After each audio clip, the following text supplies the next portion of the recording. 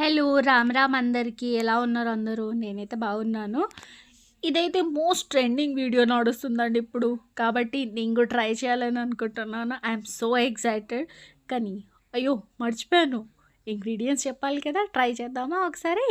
So, first మనం పోపులు చేసే పోపుల గిన్నె ఉంటుందిగా అది తీసుకొని, దాంట్లోకి కొంచెం ఆయిల్ వేసేసుకొని అండ్ ఇక్కడ గమనించుకోండి బాయిల్ ఎగ్ వేయాలి. రా ఎగ్ కాదు. బాయిల్ ఎగ్ వేయాలి. బాయిల్ ఎగ్‌ని కొంచెం దాంట్లో ఏసేసి గోల్డెన్ కలర్‌లో వచ్చే వరకు మనం ఫ్రై చేసేసుకోవాలి. ఫ్రై చేసేసుకున్నాక ఇక్కడ మెయిన్ ఇంగ్రీడియెంట్ వచ్చేసి రా ఎగ్.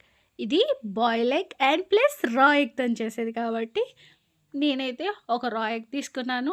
కొంచెం కారం, ఉప్పు ఏసేసుకొని చక్కగా దాని మీద కొంచెం చిల్లీ అండ్ నేను ఇక్కడ ఏమేస్తున్నానంటే ఉల్లిపాయలు కూడా ఏసేసుకోవచ్చు. కానీ నేను ఉల్లిపరకలేసాను. అది చాలా మంచిది కాబట్టి నేను ఉల్లిపరకలేసాను. ఉల్లిపరకలేసుకొని అలా కొంచెం తిప్పేసుకోవాలి. తిప్పేసుకున్నాక అది చక్కగా ఫ్రై అయిపోతుంది. ఫ్రై చేసుకొని ఎంత బాగుందో చూడండి. నాకు నోట్లో నూరూరిపోతుంది. అందుకని ఇప్పుడు దాన్ని ఒక సర్వింగ్ బౌల్‌లో తీసుకొని మనం చూడండి ఎంత బాగుందో దీన్ని గిడ్డు వావ్! తిను.